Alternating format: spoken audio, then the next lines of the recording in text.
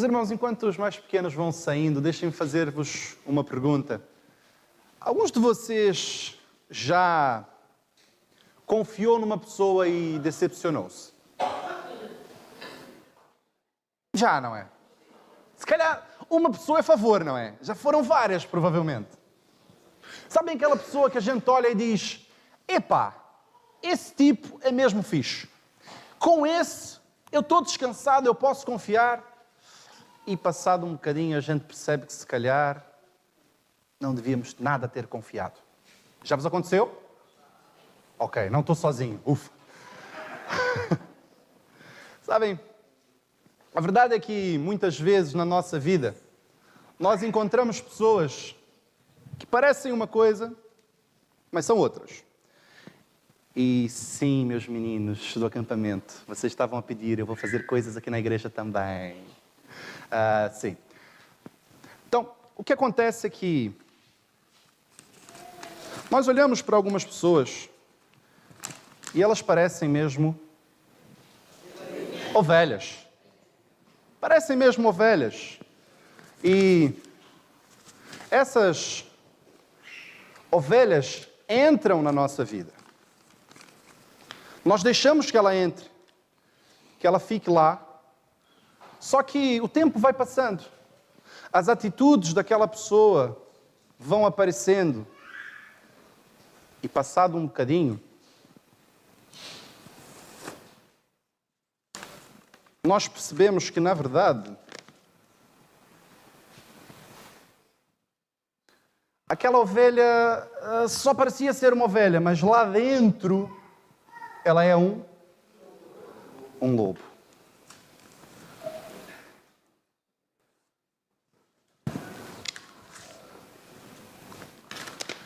Bem, a passagem que nós vamos estudar hoje fala muito sobre isso. Ovelhas, lobos. E quero vos dizer, à semelhança do que disse há 2 semanas atrás, eu não ando a escolher textos, está bem? Estamos a seguir o cronograma que foi feito há mais de 1 ano atrás e estamos simplesmente a seguir o texto na sua sequência. Portanto, desafio os meus irmãos a abrirem 1 Timóteo. Primeira carta de Paulo a Timóteo, capítulo 5, versos 22 a 25. 1 Timóteo, capítulo 5, versos 22 a 25. E vamos ver o que Paulo escreve a seu pequeno pupilo. Qual é o alerta que ele vai fazer nesse momento? 1 Timóteo 5, versos 22 a 25, diz assim a tradução que tenho em minhas mãos. Não se precipite em impor as mãos sobre ninguém e não participe dos pecados dos outros. Conserva-se puro. Não continue a beber somente água. Tome um pouco de vinho por causa do seu estômago e das suas frequentes enfermidades. Os pecados de alguns são evidentes, mesmo antes de serem submetidos a julgamento, enquanto os pecados de outros se manifestam posteriormente. Da mesma forma, as boas obras são evidentes e as que não o são não podem permanecer ocultas. Vamos orar mais uma vez? Deus e Pai, eis aqui um pequeno trecho da Tua palavra lido que diz-nos tanto, Senhor. E eu te peço que dessa vez, mais uma vez, sejas Tu a falar. Que não seja a minha incapacidade humana limitadora para o que Tu queres fazer nessa manhã. Em nome de Jesus. Amém. Meus irmãos, estamos aqui diante, então, de um capítulo escrito por Paulo a Timóteo que tem um tema central. E agora que estamos a chegar ao fim, acho que os irmãos já perceberam qual é o tema central desse capítulo. Relacionamentos. Se os irmãos repararem bem, no primeiro versículo, Paulo vai dizer a Timóteo, lá atrás, no capítulo 5, versículo 1, como ele devia falar com os idosos e os jovens. No versículo 2, ele vai dizer como Timóteo devia repreender as idosas e as jovens, as moças. Depois, a partir do versículo 3 até o versículo 16, ele vai falar como Timóteo deveria se relacionar com as viúvas. E nota-se que é preciso saber muito bem antes de falar com uma viúva, não é? São muitos versículos. Depois, a partir do versículo 17, ele vai falar sobre como Timóteo devia agir com a liderança. Como lidar com aqueles que ocupam os cargos de destaque diante da congregação. E no meio disso tudo, depois de dizer como a liderança devia ser corrigida 2 semanas atrás, ele vai falar sobre impor as mãos e sobre não nos precipitarmos para impor as mãos. E permitam-me perguntar-vos, o que é impor as mãos? Conceder autoridade em nome do Senhor. Mais alguma ideia? Abençoar, geralmente, quando impomos as mãos, estamos a abençoar. Orar por alguém, a gente também impõe a mão. Ok? Está tudo? Para curar, pomos as mãos. Okay? Irmãos, de facto, desde o Velho Testamento, quando impunhamos as mãos sobre alguém, quando algum servo do Senhor impunha as mãos, ele estava, de alguma forma, derramando bênção da parte de Deus por aquela pessoa. Seja porque ela vai assumir um cargo e precisa ali ser reconhecida como autoridade diante dos outros, seja porque está com uma enfermidade e vai ali receber, de alguma forma, uma bênção especial. O impor as mãos é um momento onde a pessoa diz: eu estou contigo, eu confio em ti, estamos juntos, como os brasileiros gostam de dizer, estamos juntos, e eu te abençoo em nome de Jesus. Pelo menos depois que Jesus veio. Antes era eu te abençoo em nome de Deus. Mas a verdade é que, nessa carta de Paulo, impor as mãos podem significar 2 coisas distintas, e todos os teólogos divergem um bocado sobre qual das 2 situações é que se aplica. A primeira delas é o mais óbvio de todos.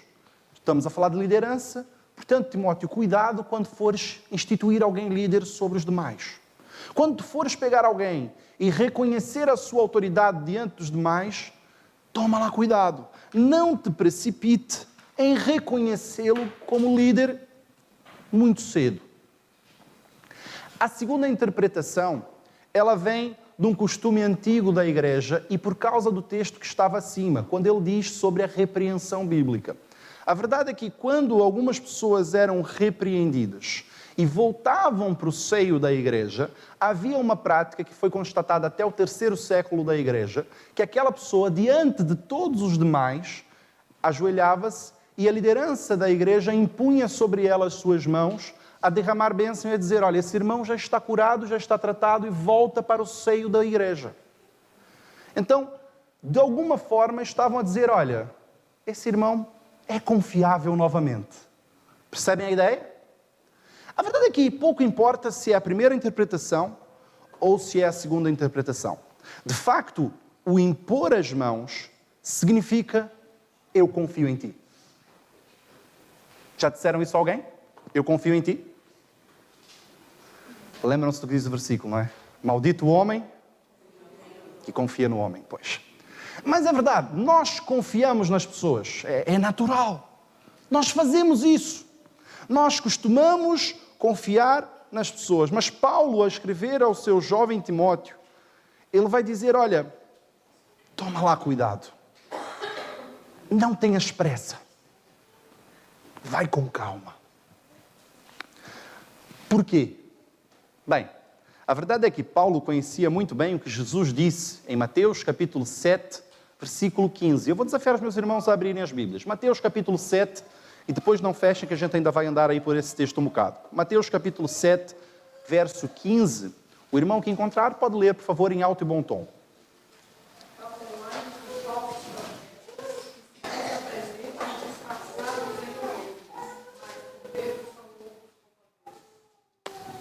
Tenham cuidado, acautelai-vos com os falsos profetas, porque eles andam diante de vocês vestidos de pele de ovelhas, mas por dentro são lobos devoradores. Jesus estava a dizer que no meio da igreja, ele não estava a dizer a população lá fora, ele estava a dizer a nós, a sua igreja, os seus discípulos, aqueles que o seguem, ele estava a dizer: atenção, porque vão vir pessoas até você que aparentemente são boas, parecem ser discípulos como tu, têm a lã muito fofinha, é agradável, parece giro, mas lá dentro é um lobo devorador. Ele está a usar apenas uma capa, uma máscara, para que vocês achem que ele é um de vós. Aquelas pessoas que dizem ser uma coisa, mas são outra. E, meus irmãos, sejam sinceros na resposta. Acham que lobos e ovelhas podem viver harmoniosamente dentro do ambiente? Não viver. Onde? Um dia, onde viver? Quando os lobos matarem as ovelhas todas, talvez. Eu estou a brincar, irmã Isabel, eu estou a brincar. Irmãos, de facto, o que o lobo faz com a ovelha? Mata, come. O lobo devora a ovelha. É instinto. Ele tem fome. A ovelha é carne. Ele quer comer. E o que a ovelha faz com o lobo? Nada, não é? Fica muda, como ovelha diante dos seus tosqueadores, diante do matador. Irmãos, um lobo no meio das ovelhas representa um perigo para as ovelhas. E somente para as ovelhas. Para o lobo está tudo bem, ele está nas 7 quintas dele. Agora, eu não sei como é convosco, mas quando eu ouço Jesus falar que há lobos disfarçados de ovelha no nosso meio, assusta-me. E eu estou a falar a sério. Assusta-me mesmo. O Pablo fica assustado. Primeiro eu fico assustado porque, de facto, nós somos todos ovelhas do Senhor e se há um lobo no meio das ovelhas, a minha própria vida corre perigo. Porque eu também sou ovelha. Faz sentido? A segunda coisa que me preocupa é que eu não sou o bom pastor. Mas eu sou um dos pastores que Deus colocou aqui. E enquanto pastor eu preciso ter cuidado com os lobos para que eles não devorem as outras ovelhas. E meus irmãos, quando eu li esse texto eu fiquei mesmo assustado. Porque eu senti-me responsabilizado a olhar e cuidar das ovelhas. E tu dizes, isso é porque tu és pastor. Pois, mas nós devemos cuidar uns dos outros. Então esse texto também é para ti. Nós somos chamados a alertar os nossos irmãos quando eles estão a confiar na pessoa errada.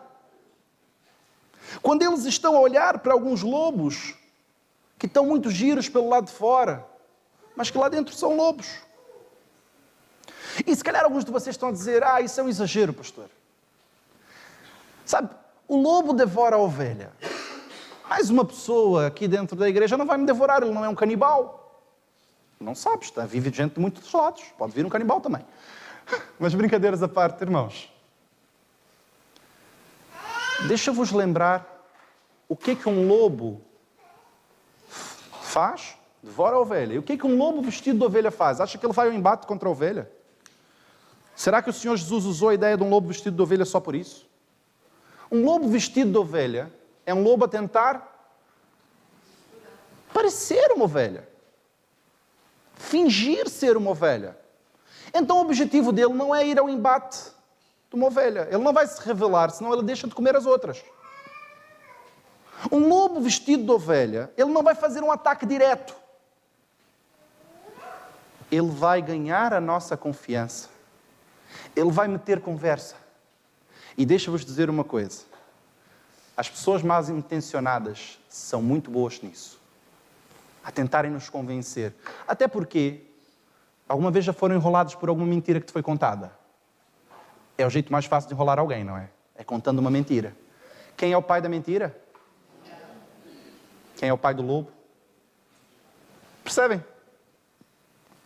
As pessoas chegam com uma fala mansa. Elas costumam cercar. Nós no Brasil usamos uma expressão, o papo de cerca Lourenço.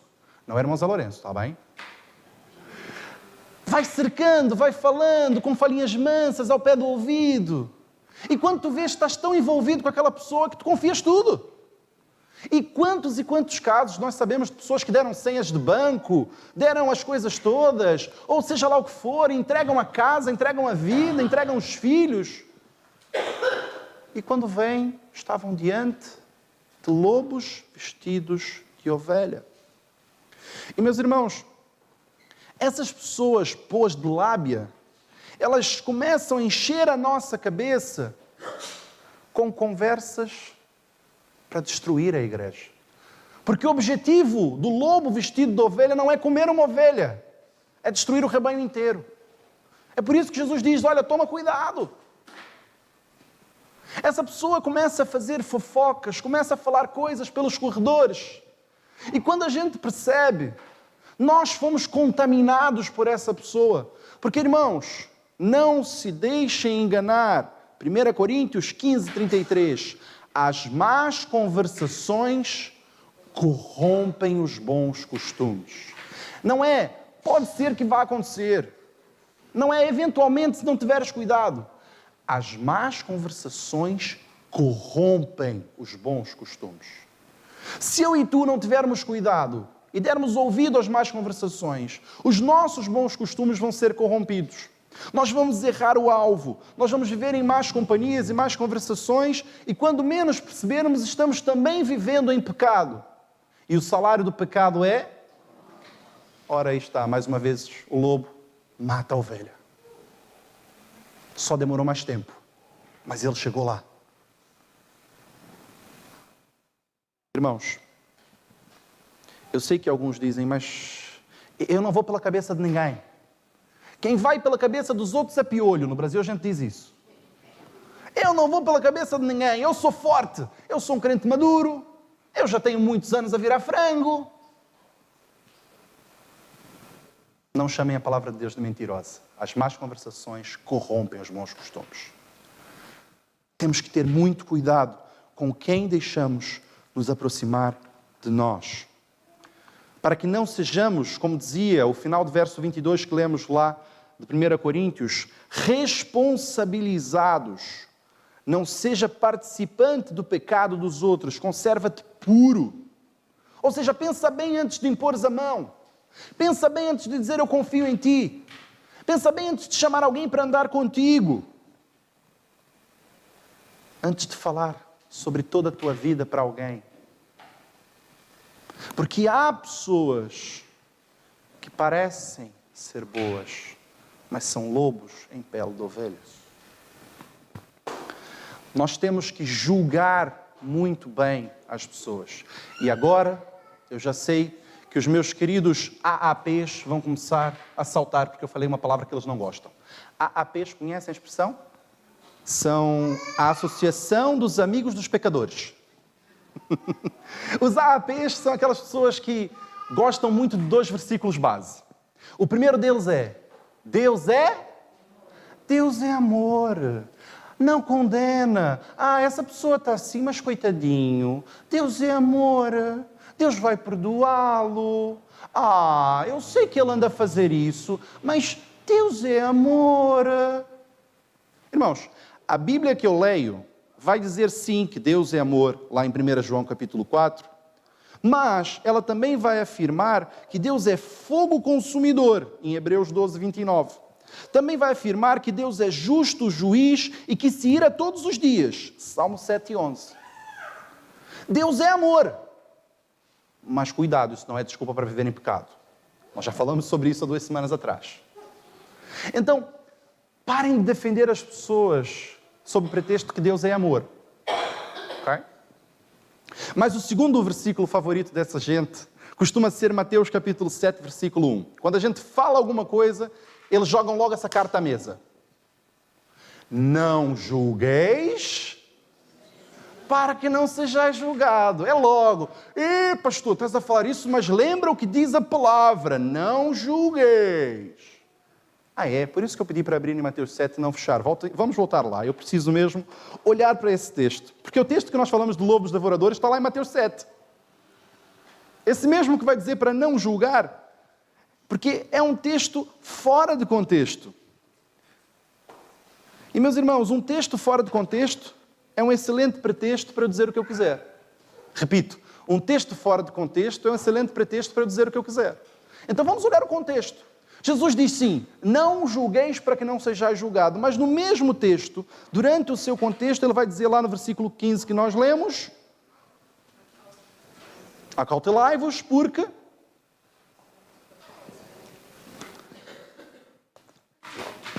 no meio de vós os falsos profetas são lobos vestidos em pele de ovelha. E depois, no versículo 16, alguém que lê em alto e bom tom, por favor.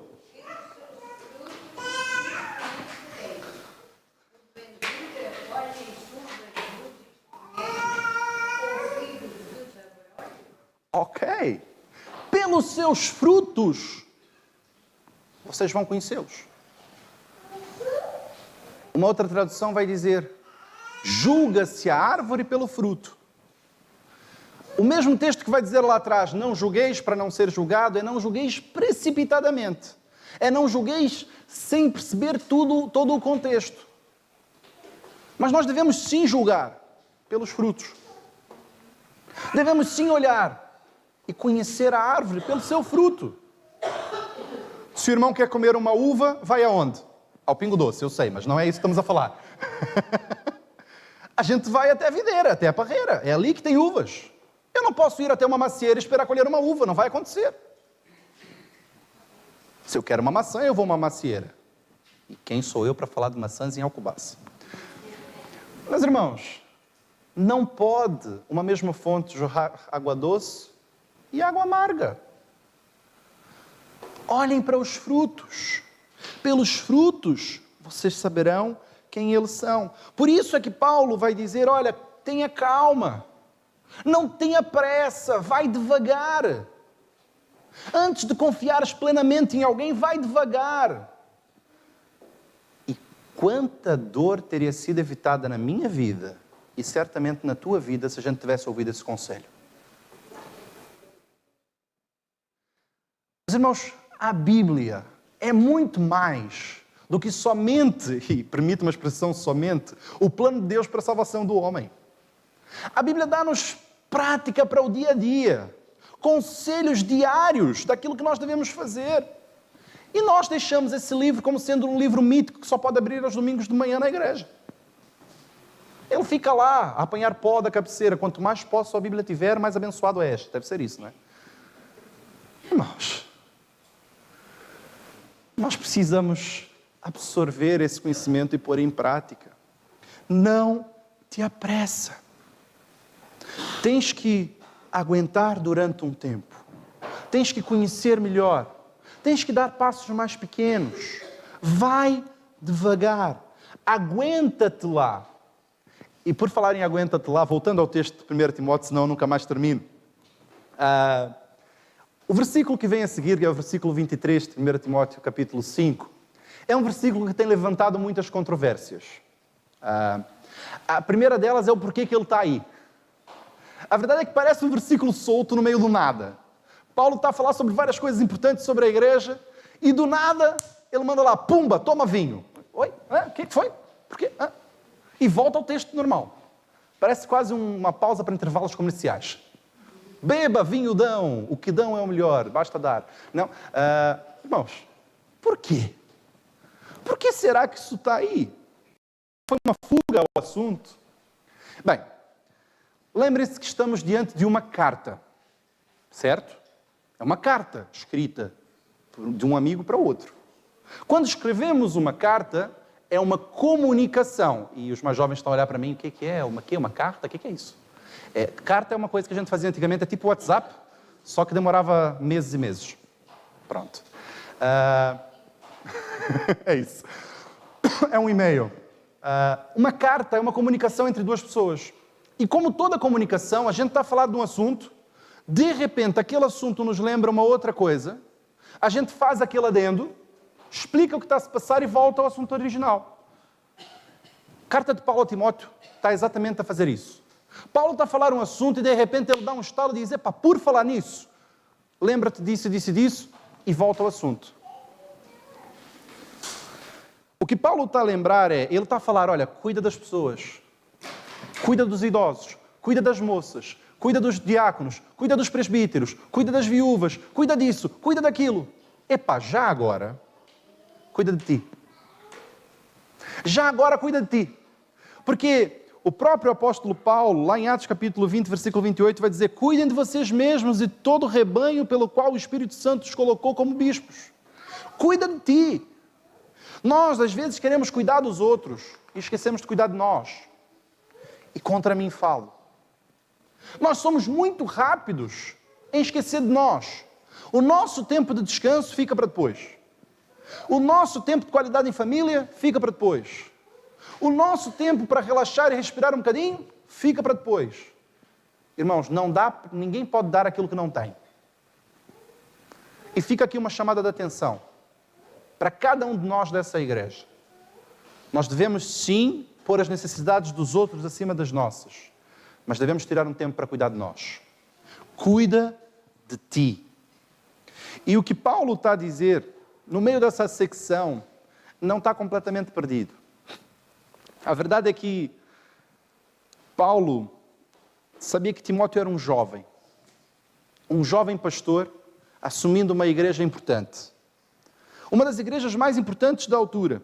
Ele sabia que Timóteo ia enfrentar várias dificuldades em seu ministério, que ele iria ter momentos de choro, momentos de dor. Mas aqui, exatamente nesse ponto, quando ele diz, quando tu fores falar com essa pessoa, quando tu fores conversar com aquela pessoa, quando tu fores repreender essa pessoa, nos relacionamentos pessoais e na hora de escolher quem tu deves confiar, meu querido Timóteo, toma um bocadinho de vinho para os teus probleminhas de estômago. É assim que está no texto original. Probleminhas de estômago. Sabem o que estaria escrito se fosse uma carta do pastor Moisés para o pastor Alberto? Ou do pastor Alberto para mim? Seria, isso vai te dar úlceras nervosas no estômago, então é melhor tomares qualquer coisa porque vais precisar. Quando fores lidar com pessoas, escolher com quem tu vais confiar, esse é o momento crítico. É isso que vai te deixar ali a sentir-se mesmo mal durante muito tempo. Eu aplico isso a nós. É um momento delicado na nossa vida, escolher em quem nós devemos confiar. É um momento que tira-nos o sono. É um momento que revolve o nosso estômago e dá-nos probleminhas. Então, cuida bem de ti. Tenha cuidado. Por isso, Timóteo, olha, toma lá um bocadinho de vinho que ajuda a combater. E aqui ele não está a estimular a beber vinho, irmãos. E irmãos brasileiros, eu sei, esse é um dos textos que a gente debate muito lá no Brasil, mas tem outros que mandam mesmo tomar vinho, lá em Provérbios, por exemplo, mas eu não vou entrar aqui, que isso é outra pregação. Esse aqui é mesmo um remédio caseiro, está bem? Está a falar como remédio. Toma um bocadinho de vinho como remédio, para relaxares um bocadinho e ver se cuida um pouco de ti, porque esse momento vai ser difícil para ti. Porque tu não sabes quem é lobo, tu não sabes quem é ovelha. Parece a mesma coisa. Está vestido igual. Vem à igreja todo domingo, dá o dízimo, canta, toca, serve, está lá. Quem é quem? Como é que eu vou saber, como é que eu vou me precaver, como é que eu vou fazer para evitar os lobos vestidos em pele de ovelha? Para os meus irmãos brasileiros, lá vem o chapelinho colorado. E agora, quem poderá me defender? Como é que eu faço? Como é que eu faço para saber quem é quem? Dá tempo ao tempo. Não te precipite. Vai com calma. É isso que Paulo está a dizer de uma forma muito clara. Há um ditado antigo que diz o seguinte: tu podes enganar poucas pessoas por muito tempo, tu podes enganar muitas pessoas por pouco tempo, mas tu jamais conseguirás enganar toda a gente o tempo todo. Não dá. Eventualmente, tu vais produzir fruto. Pelo fruto os conhecereis. Não há nada de encoberto que não há de ser revelado. Lucas capítulo 12, versículo 2. Não dá para esconder. Sejam as coisas boas, sejam as coisas más. Vai aparecer. Fica tranquilo, Timóteo, vai aparecer. Porque Mateus 7,20 dizia, pelos frutos tu vais reconhecê-los. Então permitam-me terminar com duas chamadas de atenção. Duas aplicações práticas para mim e para ti, depois de olhar para esse texto e para aquilo que Paulo disse. A primeira é a mais óbvia de todas. Cuidado. Cuidado em quem confias. Cuidado na pessoa que tu impões as mãos e diz, esse é meu amigo, essa é minha amiga, nesse eu posso confiar. Esse pode frequentar a minha casa. Esse pode estar lá com a minha esposa. Cuidado. Tem cuidado em quem tu tens confiado. Lembra-te, dá tempo ao tempo. Pelo fruto tu vais reconhecer. Pelo fruto tu vais ver quem é quem. A segunda chamada de atenção é uma autoanálise. Quem sou eu? Quem és tu na vida de outros? Qual é o motivo que te faz se aproximar de alguma pessoa? Será que são motivos bons o tempo todo? Ou será que se calhar tu também tens sido um bocadinho de lobo em pele de ovelha? Sabem, nós às vezes fazemos as coisas com boa intenção. E de boa intenção? Sabem bem o ditado popular, não é? Irmãos, nós devemos ser ovelhas, não lobos. Para todos. Quando nós fazemos algo, principalmente na igreja, o nosso objetivo tem que ser dar glórias a Deus. O nosso objetivo tem que ser crescer e edificar o corpo. Se tu fazes para aparecer, se tu fazes porque queres liderar, se tu fazes porque queres ter destaque, estás a ser lobo em pele de ovelha. Quando não fazemos, pior. Quando não estamos dentro do barco, a fazer de tudo para ele afundar, mesmo que a gente vai morrer junto, só para dizer, eu disse, olha, eu falei que aquele ali não ia conseguir. Tu fazes tudo para trabalhar, para derrubar ainda mais a pessoa. E esquece que estás dentro do barco. Meus irmãos, não sejamos lobo em pele de ovelha. A igreja de Alcobaça é um aprisco de ovelhas. Todos que aqui estamos somos ovelhas. Pastor Alberto, eu e cada um dos meus irmãos. Não deixemos-nos ser usados como lobos. Quando alguém olhar para mim e conversar sobre mim, como é que ela vai me classificar?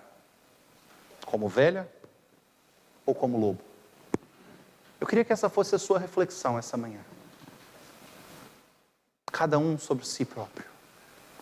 Quem sou eu para as outras pessoas que avaliam os meus frutos? Porque pelos frutos é que reconhecemos. Sabem, nós vamos terminar esse tempo cantando, Senhor, essa manhã eu quero te dar o meu coração. Eu quero te dar todo o meu ser. Eu quero viver somente para ti. Todo o meu respirar e tudo o que eu falar. Faz a tua vontade em mim, Senhor. Eu quero que tu cantes conosco, que de facto hoje eu venho a ti, renova o meu ser, Senhor. Eu quero mais desse amor que eu encontrei em ti. Porque quando nós encontrarmos o Senhor, nós vamos ser levados como águias diante daquele que é o cordeiro que foi mudo para o matadouro, por mim e por ti. E quando chegarmos diante dele, há duas formas de recepção. A primeira delas é se ele reconhecer uma ovelha, ele vai dizer, vem para o meu lado direito, eu estava mesmo à tua espera, fica comigo. A outra é se ele ver um bode ou um lobo vestido em pele de ovelha, ele vai dizer, aparta-te de mim, porque eu não vos conheço. E alguns vão dizer, Senhor, mas eu fiz, eu estava lá, eu até preguei, eu até curei. Não é o que tu dizes, é o que tu fazes. Vamos ficar de pé e vamos orar cantando ao Senhor, hoje venho a ti.